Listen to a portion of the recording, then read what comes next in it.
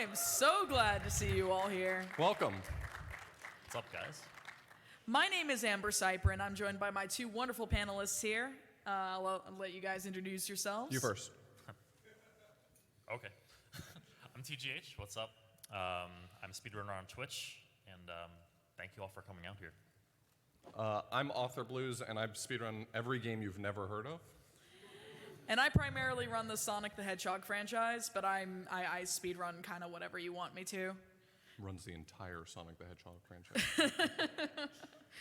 But today's panel is called Get Yourself Into Speedrunning, an introduction. And maybe you've seen it in the program. Maybe you just kind of like ended up in line because your friend was there. It's like, hey, come along for this. But this is mostly directed at people who, the most common thing I see in Twitch chat asks or says, like, I would love to get into speedrunning, but I'm not going to be as good as this person, or I'll never have a world record. You don't need to. And that's what we're here to talk about here. We want to talk about, getting into speedrunning, maybe finding your first speed game, all that sort of stuff, your resources available to you. And hopefully you enjoy the ride. So getting started off, you might ask yourselves, why do you speedrun? Why would I want to get into speedrunning?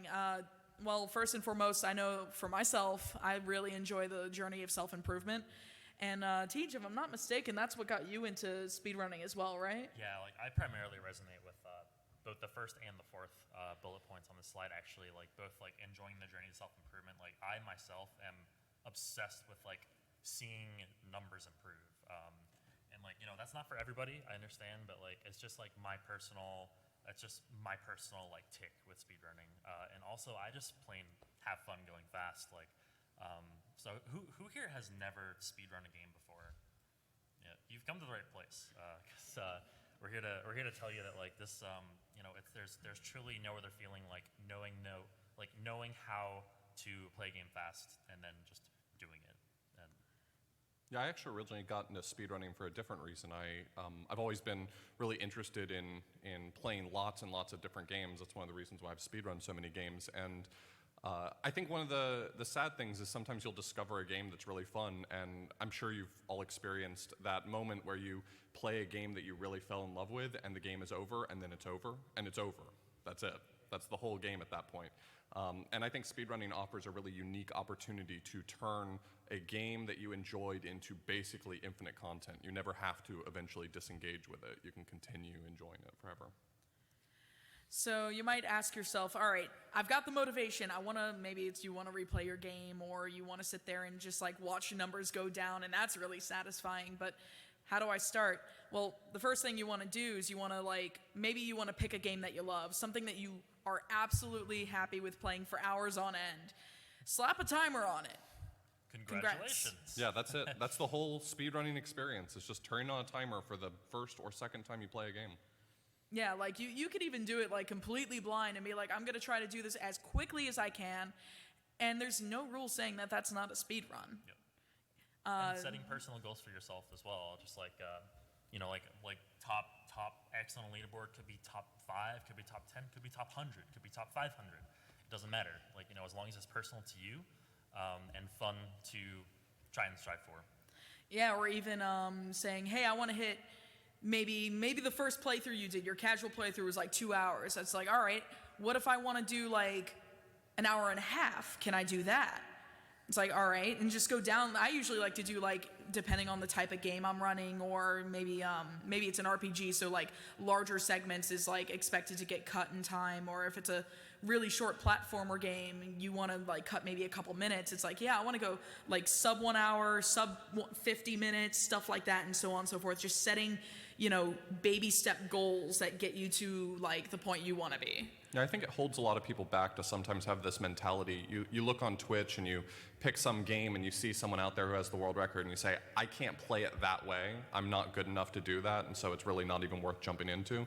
But the reality is that for most people, it's really not about world records. There are a lot of people out there who are purely motivated by being the best at something, and that is truly admirable. But there's really nothing wrong with being motivated by, your own personal journey to move forward. I've been working on some speed games for years, and my goal is just beat this time. I'll probably not have the world record unless I invest myself purely in that game, but I just want to beat a certain time. I want to hit some milestone for myself. So. And it's also really important to note, some people are like, oh, I can't be a speedrunner if I don't stream or if I don't post it to YouTube. You don't have to do any of that. If you want to keep that as your personal journey, you can keep that completely personal to you.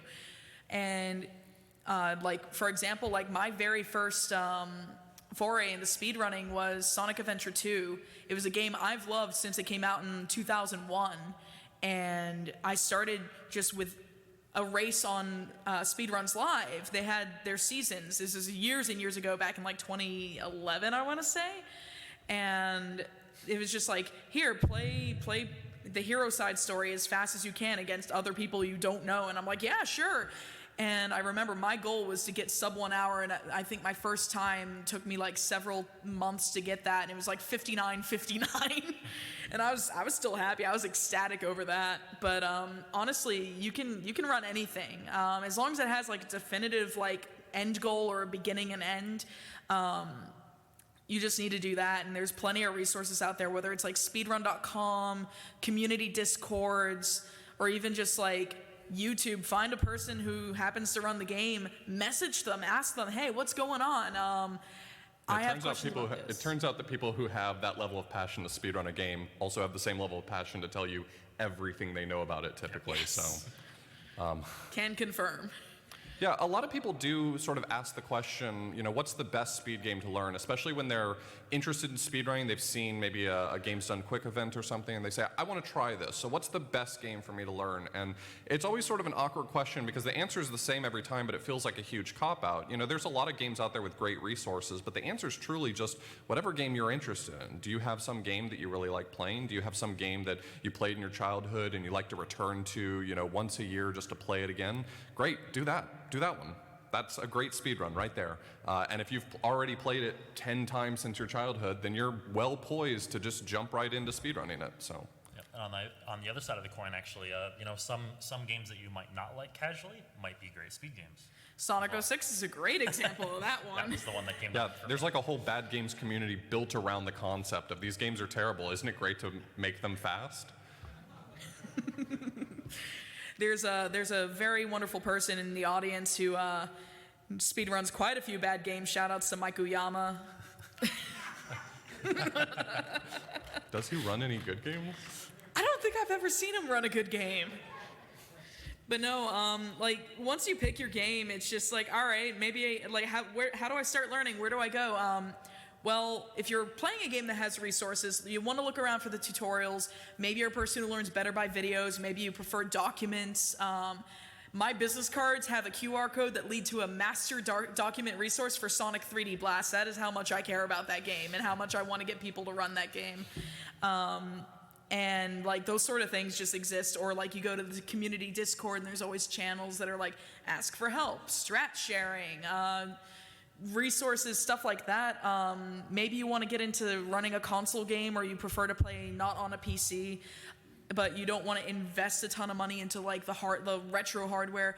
There's thankfully a lot of accessible ways to access hardware, whether it's like through not necessarily emulation machines, but like you have like your SNES Mini or Sega Genesis Classic or the NES Mini, and those are great starting points to be able to play like with something very close to original hardware and have that satisfaction of like just picking a game out of that library and just being like, yeah, let's try this. Why not? But I mean, even if you're really passionate about playing on original hardware, there's a ton of resources as well. So Absolutely. most of them, many of the modern flash cartridges for retro games have built-in save states, which are a great resource for practicing. If you play on the Super Nintendo, there's a special device that costs all of $20 called a Nokitech Game Saver that allows you to make save states on a Super Nintendo. Many of these communities, if they're active enough and they have a big enough community, someone at some point has made a practice ROM for the game. So it's a special ROM you can load on a flash card or an emulator that has built-in save states and tools for actually learning the run. So a lot of these games, I think the end result is that the more people who invest in them, eventually you're going to get a few people in the community who have the knowledge, the know-how, the savvy to be able to produce really great tools for learning the game. So if that's the route you want to go, if you're interested in some popular game, the resources are out there. Actually, Tej, what's your preferred way to learn a speed game? Honestly, like a lot of the speed games that I have learned have just been like from playing the game and then like saying, hey, I want to speedrun this. And I find out as much as I can on my own first, and like I just find that the most fun for me personally, and then I move on to looking at as many resources as I can. And that kind of evolves naturally into once you're actually up and running. Maybe you've done your first run. It's like, all right, I did it. I did a run with a timer. I did it. I'm a speedrunner. Where do I go from here? The next step is to just kind of like keep going, honestly. Just do another run. Do it again, but be better. Exactly. Just do it faster. It sounds really cliche, and it sounds kind of like a cop-out answer. Like, a lot of people ask whether it's Tej about Celeste or myself about, like, a Sonic game. It's like, well, how do I get started, or how do I get better, or, like, I'm struggling with this, or the general movement of a game. Like, where do I go? It's just like, just keep playing. You will get better. Like, I mean that. You might sit there and be like, well, I'm not doing too hot, or, like, I only got, like, an hour and 30 in like a game where the world record is like 20 minutes or something. It's like, I feel bad about myself. It's like, no, don't discourage yourself. That's that. Like, sometimes with speedrunning, your biggest enemy is yourself with progress. It's all about mindset. Oh yeah. Yep. And a lot of it has to do with the game too. I mean, for some games you can probably do your blind playthrough and be just minutes off of the world record, but there's some games that there's so much more depth to it, and I think for a lot of people that is one of the appeals of speedrunning, is that it feels like sort of a bottomless pit of depth to become better at the game. I remember my first speedrun ever of A Link to the Past, I didn't even cut the 2-hour mark. The world record's an hour and 20 minutes. That's a huge discrepancy. But for other games, you can be right on the mark. So I think that there is a lot of potential for finding that unlimited well of improvement that you can look into. And for some people, that's very exciting, and some people that can be daunting. You can even track your progress, and if you want to talk a little bit about like the best way to track progress with like Live Split or something, Tej? Yeah, sure. So and first and foremost, it's not required to do this, but it does help to use, again, it's a program called Live Split. It allows you to do something called split, which is it allows you to Keep track of the Keep track length of of a like an segment. individual segment. Yeah, exactly. So you time individual segments.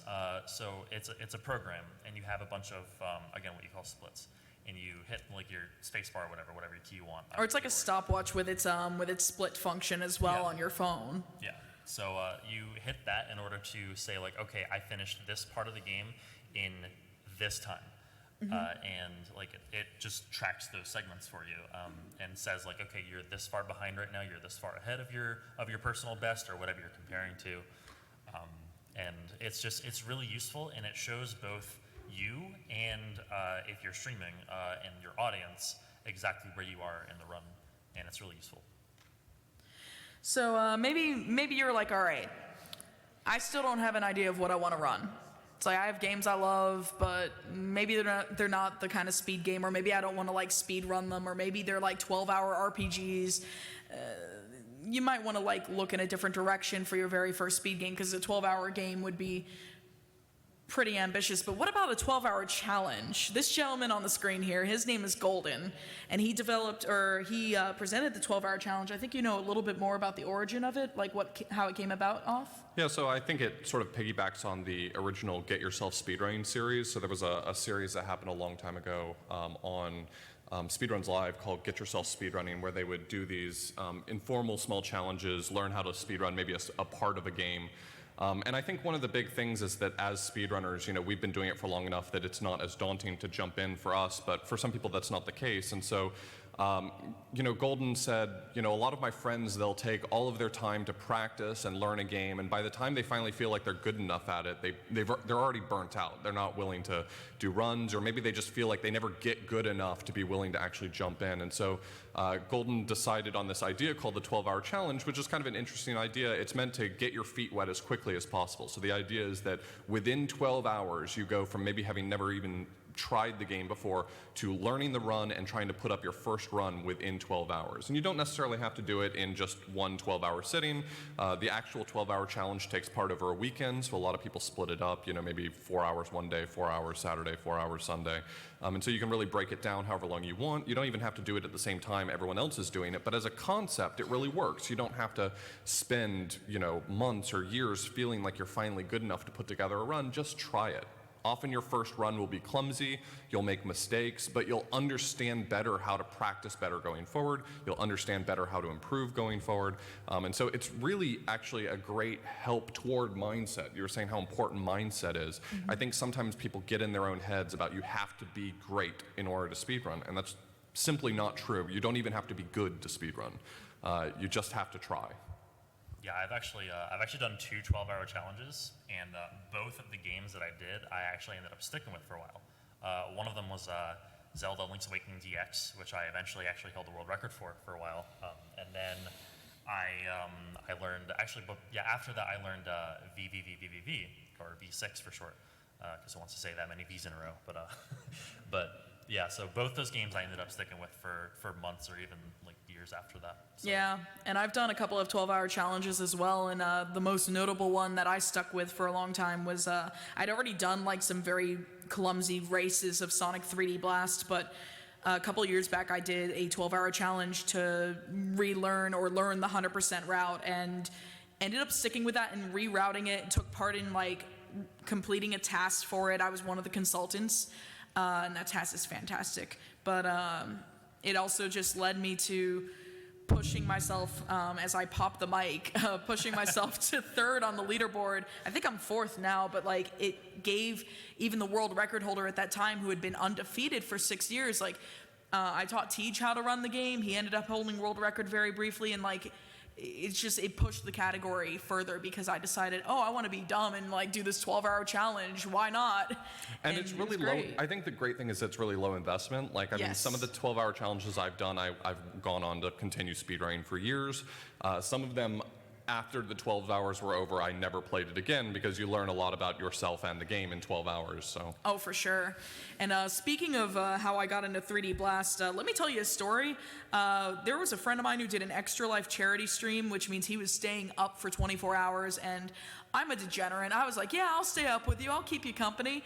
And we were like, yeah, let's do a blind race of something. So we both love the Sonic franchise, and the problem is that there were a bunch of games I played and knew really well that he didn't, and there were games he played and knew really well that I didn't, and it just seemed really unequal.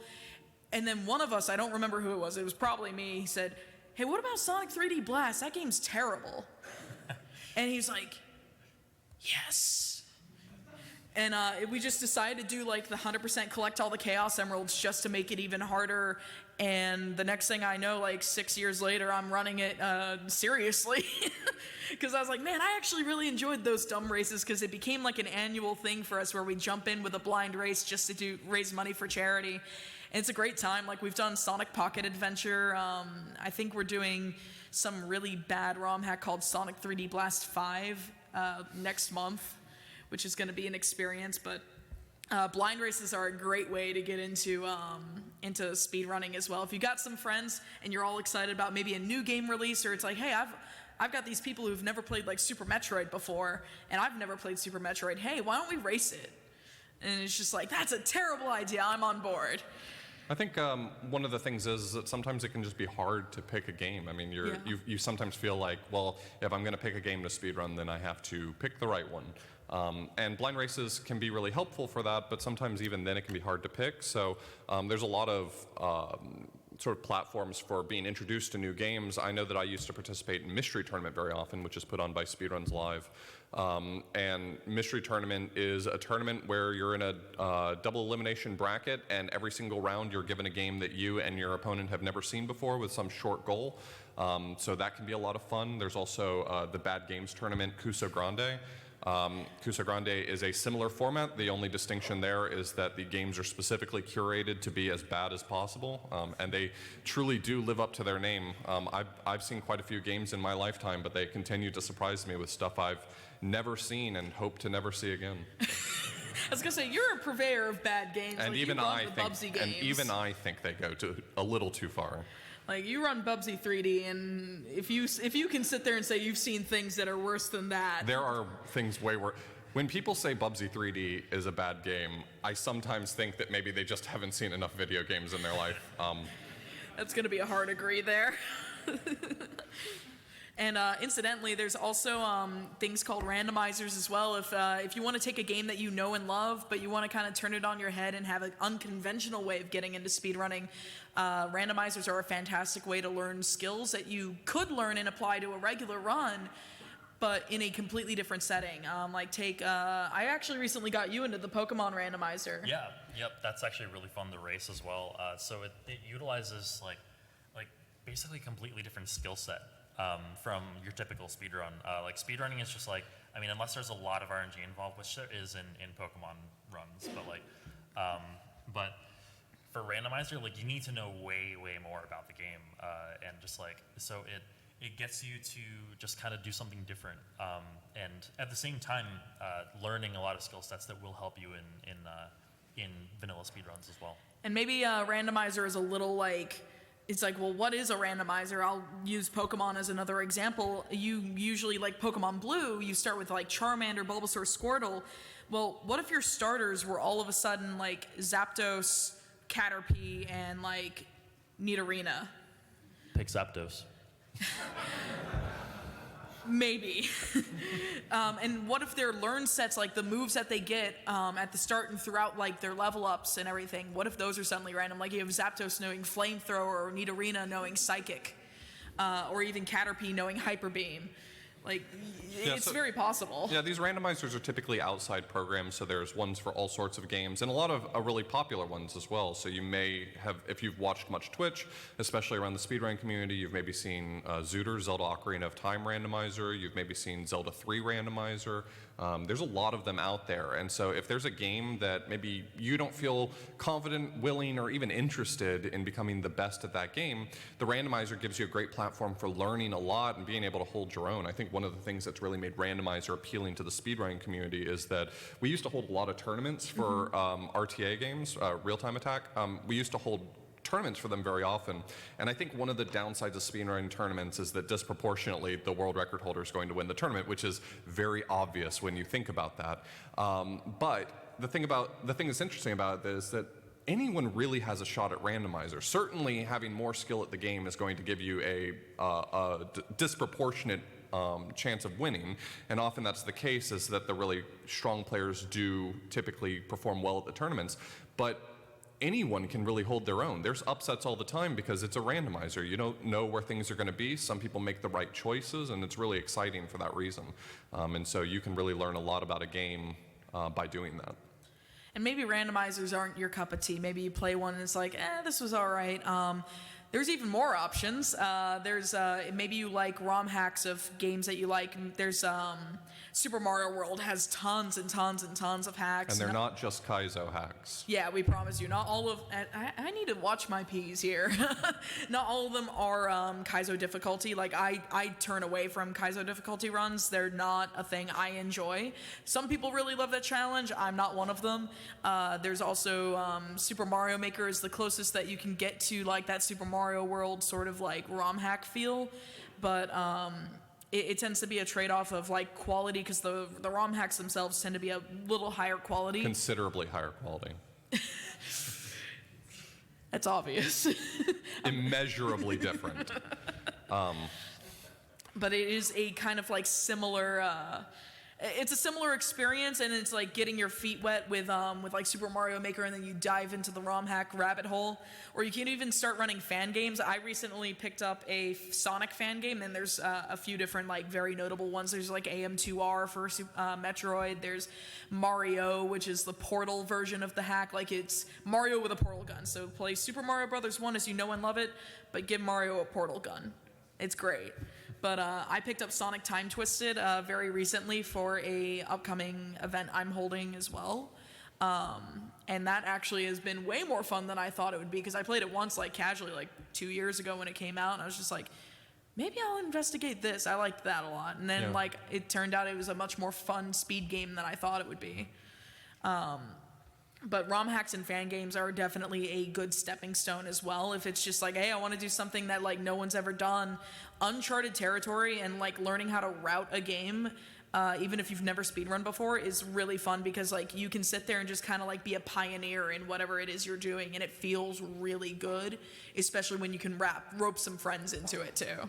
For what it's worth, it's actually worth noting that if speedrunning as a concept is interesting to you, but you don't feel like you have the time or interest in actually doing runs, speedrunning communities are made up of a variety of different types of members of the community. And if other things appeal to you more, you know, every speedrunning community has, you know, runners who enjoy running the game. But you know what we're really in need of very often are people like glitch hunters or people who are actually willing to investigate and do the legwork necessary for routing. And for some people that's more interesting. The speedrunning community lives and breathes for those people alone. So Yeah, so if your next question is like, all right, speedrunning sounds great, but maybe I don't like being a runner, that's okay. There are plenty of roles in the community for everyone. I mostly do event commentary these days because I work a full-time job and I don't have the time to invest in all the games I want to run. I do a lot of run commentary. I do a little bit of event organizing, all that sort of stuff. I've put together tutorial and documents and stuff like that. That's my sort of jam these days. And like you might hear someone come into your, like if you're a streamer, you might have someone come in and be like, oh, this time is easy to get, or like this strat, or like this trick is really free. Free is a 4-letter word I don't appreciate very much because it comes off very like arrogant or elitist. That's a very, very tiny, small voice in that community. Like, don't let that get to you. If someone ever comes up and says, your time's terrible or anything like that, because like, you know, you might encounter that on the internet. It's the internet.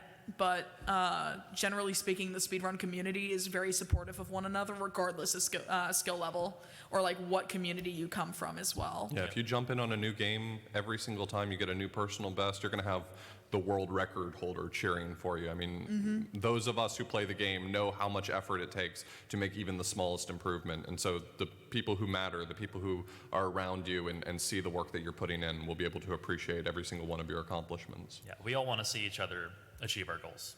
Yeah, it's often said that the goal of speedrunning is not for me to become better at the game, but it's for the time to become better in the game. So if I'm not the world record holder anymore and someone beats my time, that's still an improvement. That's still the game getting better.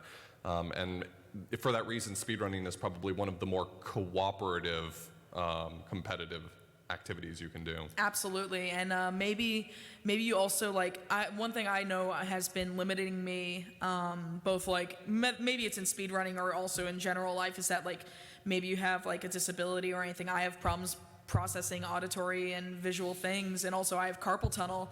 There are options to try to like access games or have games that are accessible, or like the hobby can be accessible to you, whether it's wearing compression gloves to help take care of your hands, or even like have a wrist brace, or there's games that have things like photosensitive modes, or companies like Evil Controllers or Microsoft's adaptive controller that are meant to be able to like make controls or like keybinds remappable for games that don't have remappable keys, and just like be able to play games not just like casually but also speedrun as well. Like there's a wonderful speedrunner, his name is Half Coordinated, and he speedruns everything one-handed because, you know, he has a limitation, and he's one of the best voices for like accessibility in speedrunning. And if you haven't checked out any of his like GDQ runs or anything like that, I highly recommend doing so because it's very inspiring. He's a wonderful person. The speedrunning community is also really open to things like that. So for people who have maybe disabilities, or maybe there's just some challenge that prevents the normal action of maybe a controller or something from being easy. Things like, you know, remapping controllers, using third-party controllers, things like that are typically perfectly fine in the speedrunning community, with some notable limitations. You know, we don't allow for certain things. For the most part, if you're making the game more accessible, that is perfectly fine. The speedrunning community will still recognize and respect those times. So. Oh, absolutely. And that's going to bring me to mention, by the way, if you are interested in speedrunning, like maybe this panel's got you thinking, hey, I want to try something out. There is also a Games Done Quick, if you're familiar with that. They are usually biannual. Now they have several different events going on throughout the year. They're a marathon or a company that raises money for charity, whether it's Doctors Without Borders, Prevent Cancer Foundation, Able Gamers. They actually are here at PAX. They have a small stage right by the food court. So if you go down one level to level 1 and take the sky bridge across, they'd be on your right-hand side. There are live runs going on. There's gauntlet challenges. They have stations set up as I tap your mic with my ring. How in the world? You can even challenge yourself in like these little bite-sized challenges, and it keeps track of your times, and it is exciting. I haven't had the chance to do it because I came in late yesterday, and also I had this first part of the day. But definitely check that out, whether you want to go watch other speedruns or listen to the commentary, or even try the gauntlet yourself, because you can even go up on stage and try it yourself as well. And it's really, really, really awesome, and I'm really glad that they're here. This is their first PAX, so I'm very excited for that. And if nothing else, just going over there and talking to other people who have a similar passion for going fast at games might kindle something for you. So. Oh yeah, absolutely. And Tej, do you have any final thoughts on like getting into speedrunning before we move into like Q&A and like the Celeste demo? Honestly, I think the most important thing is just to enjoy yourself, have fun. Whether you're the type of person who likes to improve yourself like me, the type of person who likes to be competitive, or the type of person who just wants to get a little bit more out of the games they've been playing, like speedrunning is meant to be fun, and just have fun, enjoy it. Yeah, I would just say don't hold yourself back because you see other people being better. You can rise to the occasion. You can do whatever interests you. If it's just trying to figure out how to do some cool things in a game that you already love, that on its own is a noble endeavor. Even if it's never doing a run, even if it's never learning the speed run, sometimes there's just things to learn, and I think that that aspect alone can be worth the investment. Yeah, and above all else, have fun, enjoy yourself. Get your friends involved if you want to. Speedrunning, or any hobby, is more fun with friends that you can share the interests with. Or maybe you're going in solo, you'll find and make friends along the way. Like, I actually met him through speedrunning. I did a run for a marathon on his channel to raise money for a mutual friend of ours. And he and I have been together for a little over a year now, and it just it opens up the door for a lot of close friendships and relationships that you would have never had otherwise. So I definitely if nothing else, the community aspect alone is a fantastic reason to get into speedrunning. But we have little less than 30 minutes left. We're happy to take questions from the audience, and also we're going to show a little bit of Celeste by TGH. Maybe you want to see what learning a speedrun looks like, or he'll show you bits and pieces of what I consider to be one of the best more recent games that becomes accessible to speedrunning. Hit escape, you'll be fine. There we go. There you go. I know how to operate a computer, I swear. But maybe you're going to head out now, because that is our presentation portion of the panel. The rest of it's going to be Q&A and a little bit of Celeste and a little bit explaining that. Thank you so much. Otherwise, enjoy the rest of the ride. And we will be taking Q&A while he gets set up. I think we have a We had a mic, I think it was right there. Yeah, do we have a microphone set up still? Okay. Great. Oh, okay. It was just pointed down. So. Testing. Okay. Great. All right. Well, that's being set up. I guess I'll just go over basically the reason we're doing this. I truly think that Celeste is a really good example of it's like a culmination of everything we just talked about, accessibility, learning a speedrun. This game caters to speedrunning really, really well, at least in my opinion. Okay. And yeah, so you'll see right away. We talked about different modes and stuff in. For accessibility, this has a photosensitive mode. You can turn all these sorts of effects off. Screen shake can be turned off. You can configure your keyboard any way you want. Configure your controller any way you want. It's really good. It's really good.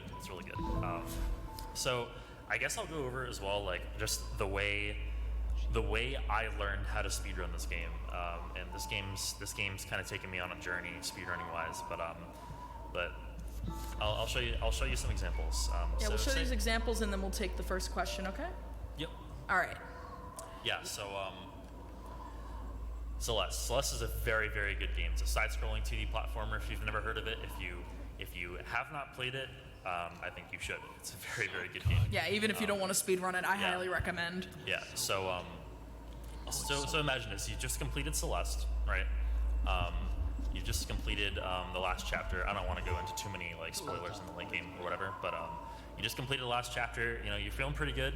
The game has taught you like 100% of the core mechanics. So you go back and you want to play. You say you want to speedrun the game. You want to go back and play chapter 1. Okay. So you start chapter 1 again, and so it's a very simple game. You have a jump mechanic, you have a dash, and you can grab walls and climb them. Right. So a typical like first player's speedrun might look something like this. Like you okay. I need to turn super dashes on. You turned them back on. Oh no, it turned itself back on. There we go. Back on. There we go. Okay, so yeah, never mind that. All right, so just like combining the jump to dash mechanics together to make sort of a vanilla speedrun. It's pretty fun, right? I could see the challenge for you to turn off all of everything you know right now Yes. to demonstrate this. So I'm telling you, this was exactly what my first run of this looked like. So those dash crystals like refill your dash. And while you are you going to play through the whole chapter like Yeah. this? Okay, so we'll actually take the first question now while he's playing through this chapter. Hello. Other than music games or, let's say, Dead Rising, outliers that can only be beaten in a certain amount of time no matter what, are there any genres that you think do not lend themselves to speedrunning? That's a hard question to answer because the answer is going to differ from person to person. Like, I feel like there are games that don't make for good speedruns. Like, controversially, I don't really care all that much for RPG speedruns, but there are people out there who really make great work out of them. I think that there are very few games out there that just purely are unserviceable in terms of speedrunning, though. I mean, even music and rhythm games have found their own niche in speedrunning. And you mentioned Dead Rising taking a specific amount of time. I mean, Home Alone for the NES takes a certain amount of time, and 11 people just got a brand new world record at it at the last GDQ because something was found that made the game very slightly faster.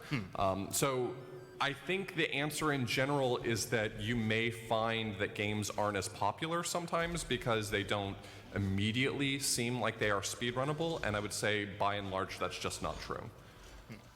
You answered that way better than I could have, but I can imagine anything that just doesn't have a definitive beginning and end, is Yeah, that not can be what. harder. Yeah, that would be something that I would think would be difficult unless it's like something that has an end goal, like collect this sort of thing, and Yeah. the run ends there. Yeah, I was Yeah. gonna say it's not to say that you can't create a beginning and an end. Yes. Yeah, You know, Minecraft so, like, doesn't so- have a very clearly delineated Yeah. beginning and end, but Same people thing have with speedrun Terraria. it. So, Okay, so I just finished chapter 1 thank you for the question. in a very vanilla way, without utilizing practically any like speed techniques at all. So, say you play it again, right? You restart the chapter, you play it again, and you just happen to realize when you're playing, like you might do this by accident. It's like, oh, I just dashed and jumped at the same time. Like, I could use that. I could utilize that. So I could maybe just like utilize that as much as I can, and I'm going faster right now. Are you going to play through this chapter like this? I don't think so. Okay. Yeah, I think I've done most of that. We will take the second question, though. Go ahead. Where can I go speed run today? I'm sorry? Where can I speed run today? Today? Today? Yes. Yes, if you actually go to, if you go down one level from here, because we're the top level, we're level 2, go down one level, go down the escalators nearby, you'll see the sky bridge. It'll take you to the other side of the building. Take that sky bridge. On your right-hand side, when you come out of the sky bridge, there's the Games Done Quick stage. They actually have some stations right now that are available to try like a speed run of like 4 different segments of 4 retro games from the SNES era. I think right now they have Super Mario Brothers, F-Zero X, Super Metroid, and Donkey Kong Country. Donkey Kong Country. So any sort of game you might be interested in, as long as it's those 4.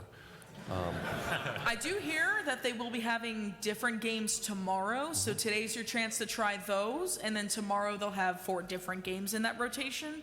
But you could even go down and try that. Or if you're on the expo floor, there's plenty of game demos as well.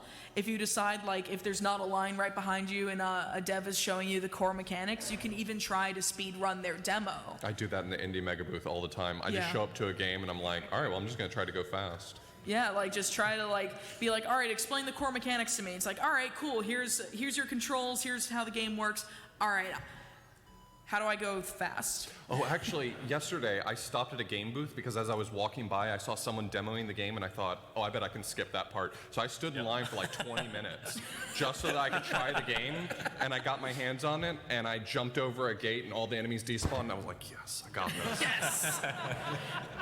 But definitely, I recommend checking out the Games Done Quick stage. They're here all week, and even TGH is going to be doing a speedrun for them on Sunday at 12 noon. So you'll be able to find me doing commentary for that as well.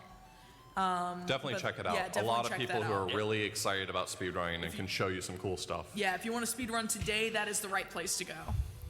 Okay. Thank you so much Thank for you. your question. Yeah. You wanted to Yeah, sure. finish So, do the next step? yeah, so like the next thing, I'm sorry, I didn't rehearse any of this at all, so like we're moving very slowly here. But long story short, so there are a lot more mechanics like that. So the jump dash I just did, or I just showed you guys a few minutes ago, you can actually separate the jump and the dash themselves in order to keep your dash in midair like this. And you might figure that out by accident as well. But like a lot of the stuff I actually like, I found a couple things and then I watched a speed run of it, like way back in the day, and I was like, oh, you can do this. You can do all the stuff. You can do this as well. That's that right there. I like to call it wall bounce or like an up hyper or whatever. You can do a jump dash as well with a crouching state as well, and you get like a lower, longer, faster jump dash. And long story short, if you put it all together, it looks like this in the end.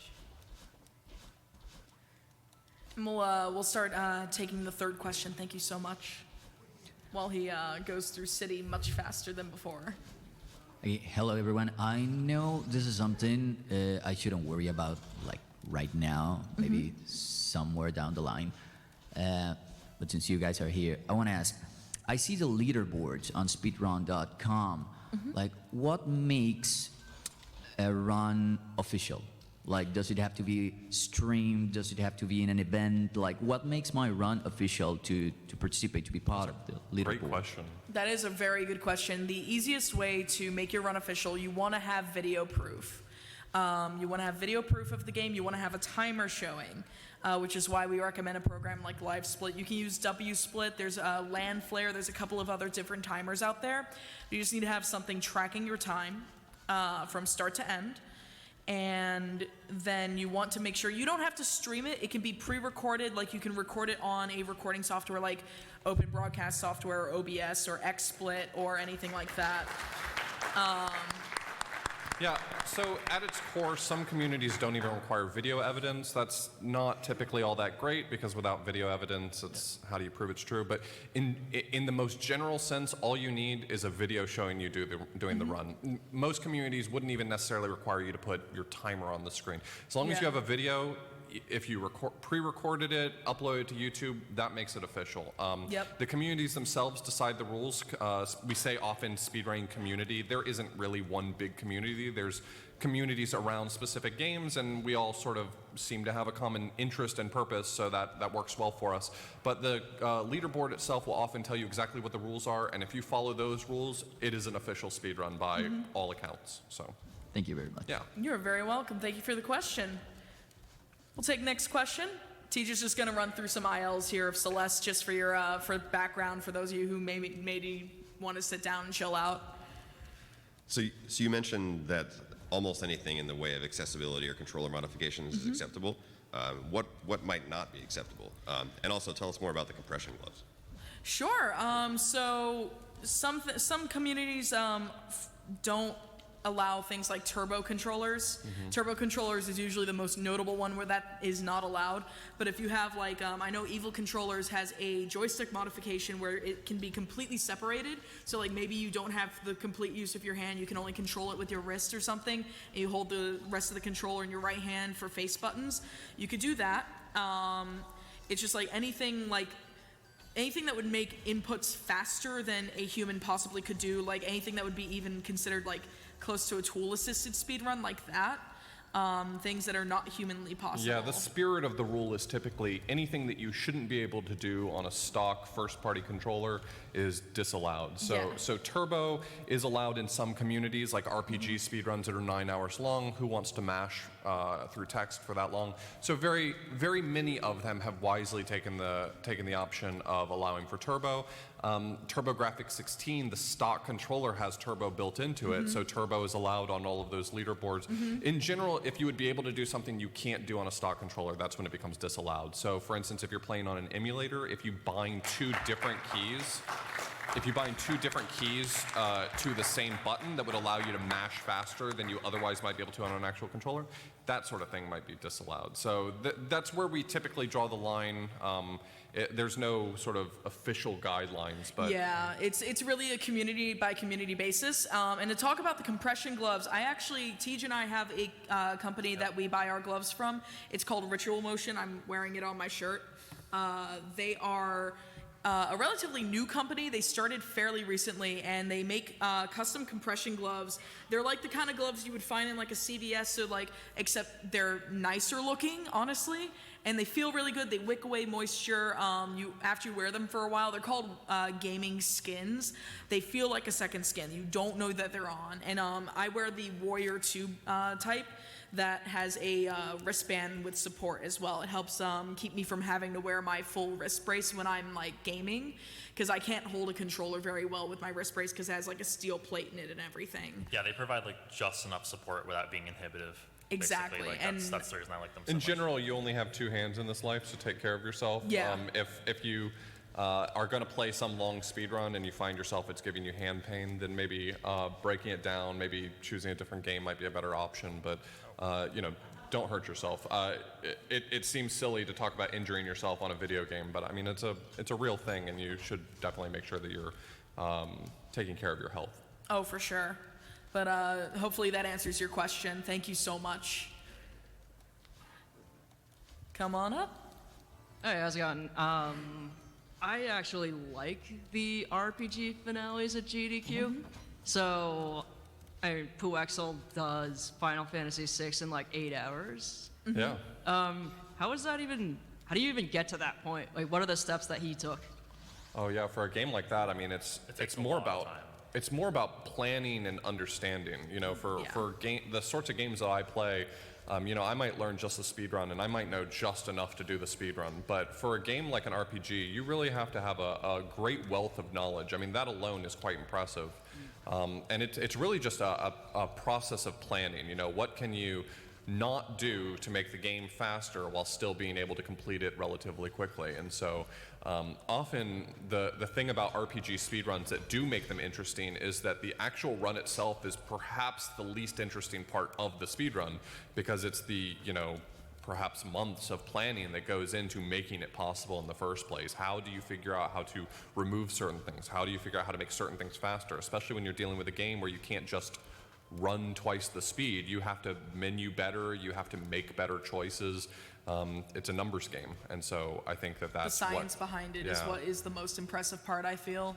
And also, execution is great, and it's a very important part of the speedrun, but I think, like you said, to echo that, the knowledge base is, significantly, where all of that time save comes from. Just, knowing the game backwards and forwards is really, really important. You'll find, even in, platformers and stuff like that, in, the randomizer categories, or, bingo is another, outside the box option to get into speedrunning as well, that I think is more friendly towards people who have a lot of knowledge in their games. It helps just knowing what you're doing in the game. You don't have to be great at execution yet. The execution will come in time. You just keep doing the runs or practice segments, stuff like that. Once your hands get used to the muscle memory, that almost never goes away. You have to de-rust it a little bit here and there if you stop for a while, but that muscle memory, once it's built, it's there. So months of prep, though. Oh yeah, a lot of practice. It takes hours and hours of practice. Even with platformers like Celeste here, it takes I don't want to even try to think about how many hours T-Tier has in this game. It's a lot. A not insignificant number. Yeah, but like if you don't have the time to invest in that, that's okay too.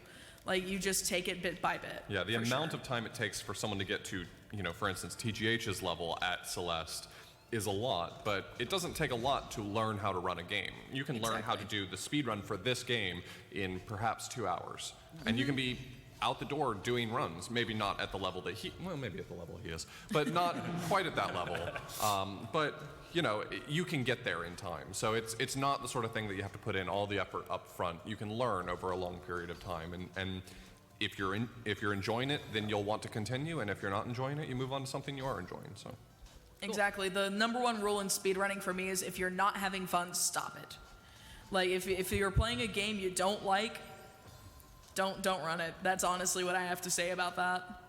But if you enjoy RPGs, pursue that. I definitely recommend it. Like start maybe with smaller RPGs or shorter RPGs and then move forward. Like once you get like used to like menuing fast and stuff like that.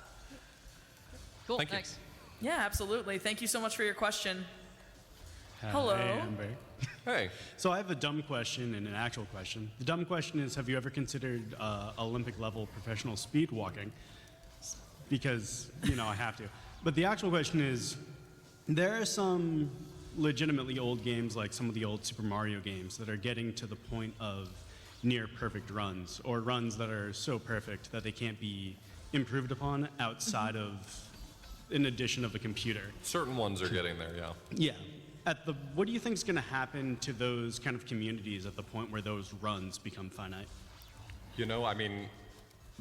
That would be a real concern, but it hasn't happened yet.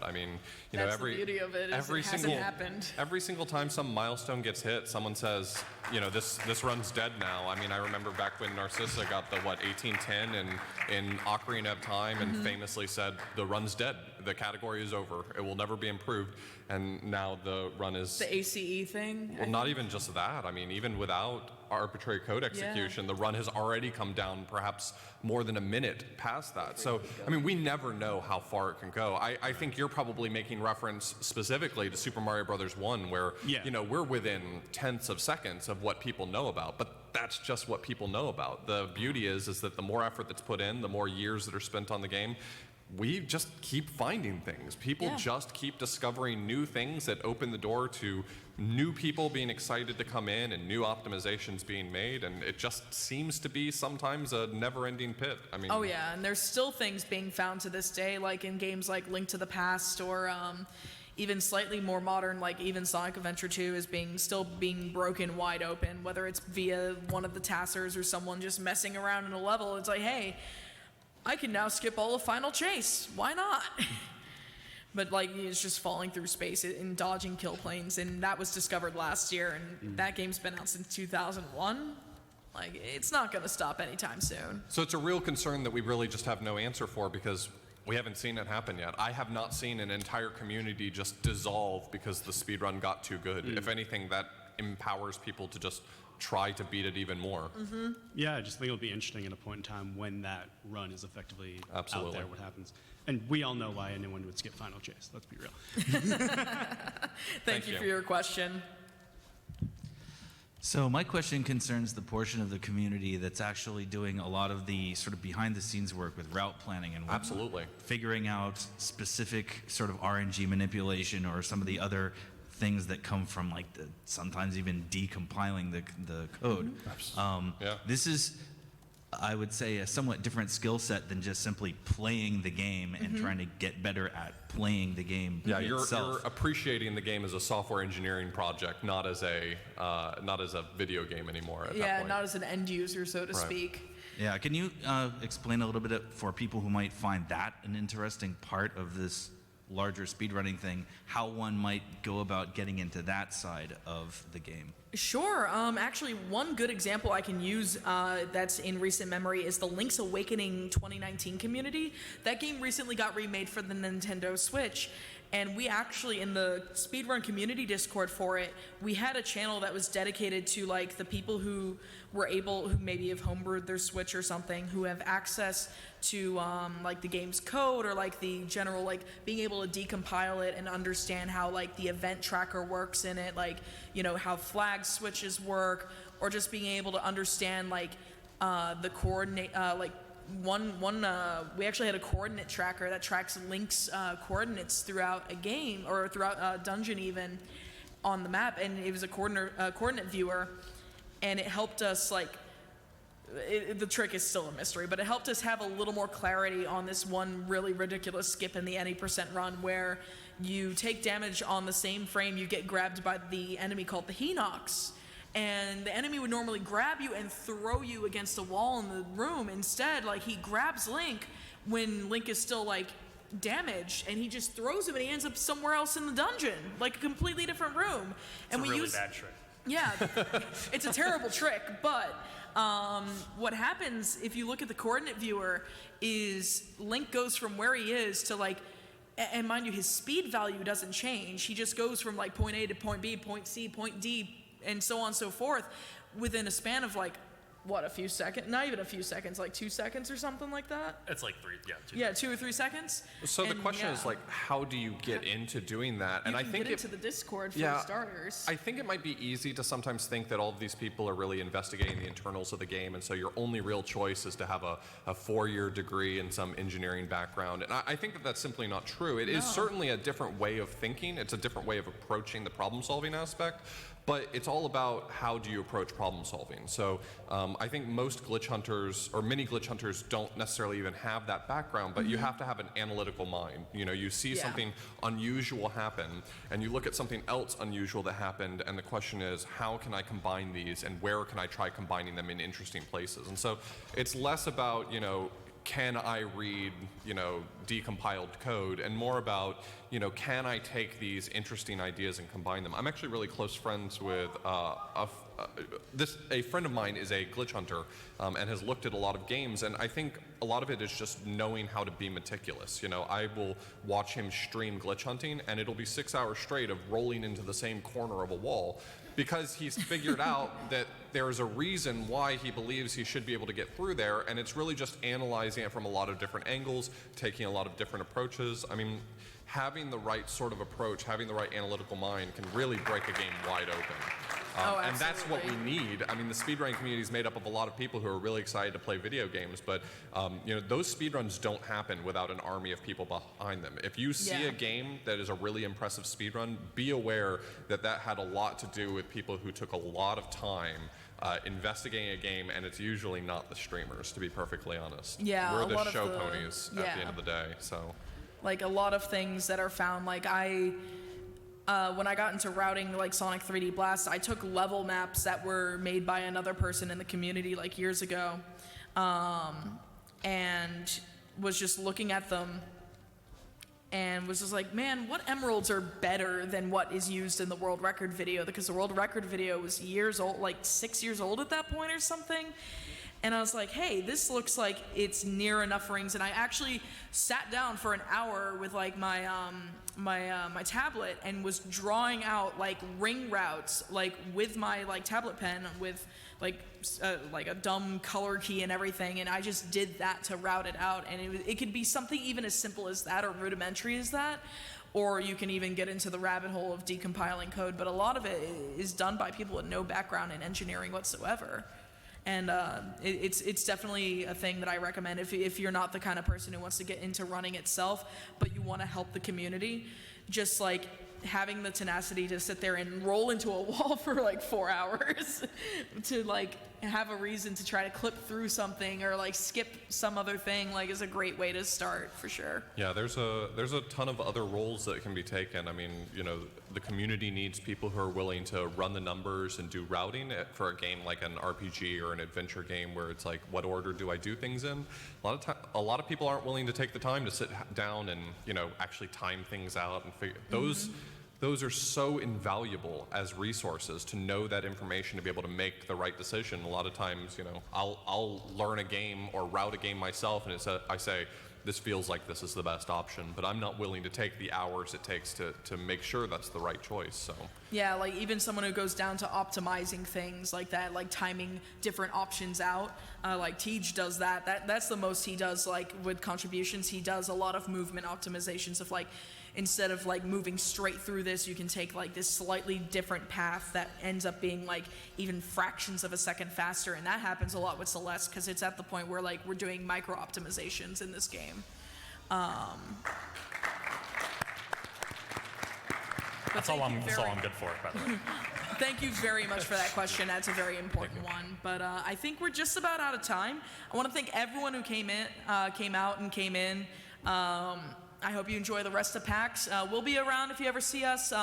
Feel free to flag us down. We're happy to chat. yeah, reach out to us online if you want to get into the speedrunning community. We're all mostly friendly. Oh, yeah. And once again, my name is Amber Cyprian. I've been joined by TGH and authorblues. Thank you so much for having us. Yeah, thank you so much.